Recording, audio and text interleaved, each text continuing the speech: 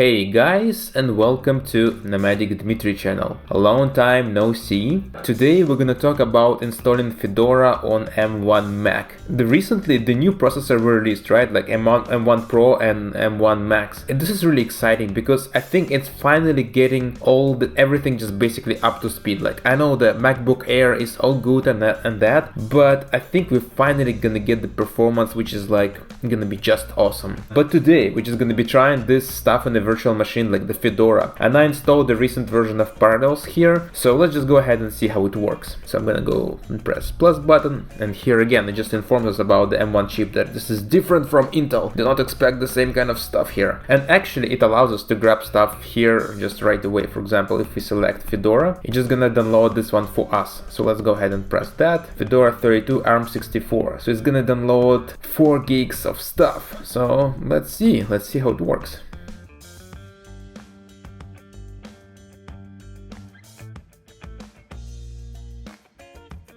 Alright guys, seems like it finally have downloaded all the stuff. Let's see how it actually works. It probably doesn't even need to install anything. It probably just gonna be like unpacked and that's it. So it should be like ready to use image of the operating system. Let's see. Interesting. Yep. You must type the password, okay.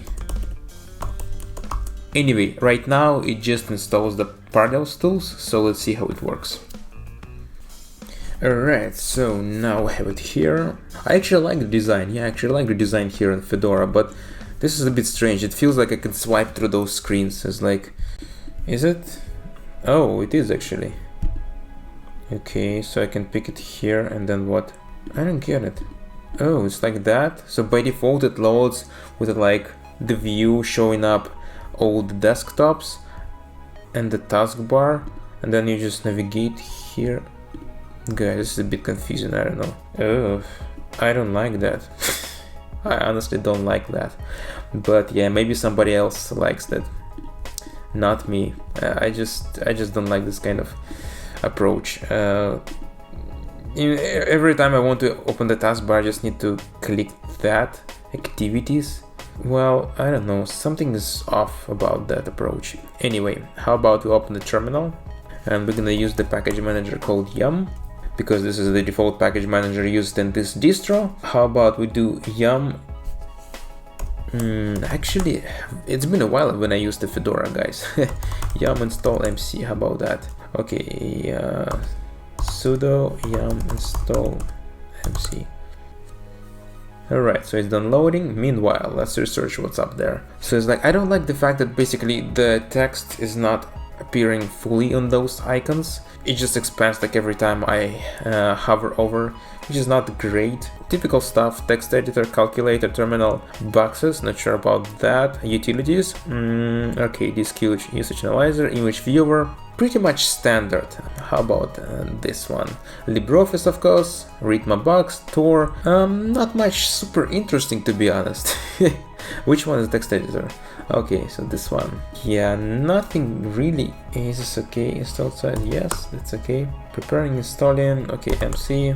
Yeah, it now works. Okay, the yum manager is actually quite fine. I actually like it. Yum search, does it work like that? Yum search, htop. It's doing something at least. What else? Okay, how about the software? Welcome to software, and again, just GNOME software stuff. Enable third-party software repositories, yes. Enable transmission, all this GNOME maps, all that stuff. Updates, wow, there's many updates available. OS updates, calendar updates. Yeah, I'm probably gonna update all this stuff now and see how it works. But why is it actually downloading stuff if I just try to search for the htop, not actually install it? Let's see. Well, maybe just updating some repositories here. Gig of memory is used. Yeah, install htop. Okay, htop. Yes. No, I actually like the package manager. I like that it shows the size of all the packages. I like that basically it's showing it in that interesting way. Like, I like the interactive kind of mode here. Yeah, it works fine. I'm fine with that. You can get used to the yum package manager. I mean, come on. It's not all about the apt-get and all that. So files, how about the file manager? Again, pretty much standard. I also like the fact that Parallels has a good integration, like it actually shows my hard drives here. But I mean, it's pretty much standard in those days in the virtualization environments, right? Nothing super excited, to be honest, guys. I mean, it's just a bunch of typical stuff. But what about settings? Background, okay.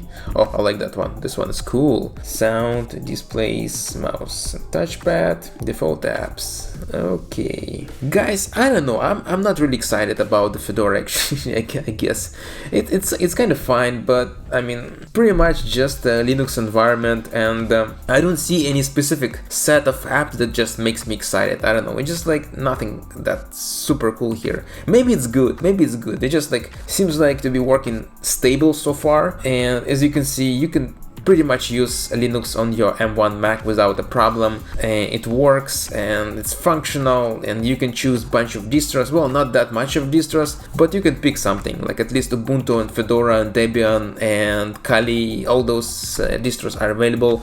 So you can use it, you can manage. Almost all the packages are available for ARM platform those days, so it's gonna be fine. The only thing I'm a bit disappointed that it's still that we don't really have any good kind of x86 virtualization available for M1 yet. We have UTM, but the UTM virtualization kinda not that great. It's really buggy, it just crashes all the time. x86 virtualization is not that great. I mean, I've tried installing Windows, I tried installing some older versions of Mac and all that, and I tried to use some different kind of stuff, and it doesn't really work that great. So to be honest with you, all we can do right now is either rely on Parallels or what? I mean, I don't even know what else I can recommend you. Like UTM is really buggy. Yeah, there's like Wine emulation, right, which is using the Codeweavers software, but that's about it, guys. We're kind of limited in virtualization world right now. The VMware is still not ready. VirtualBox is not coming to M1. In some way, I'm a bit disappointed that basically we're just losing all the x86 compatibility.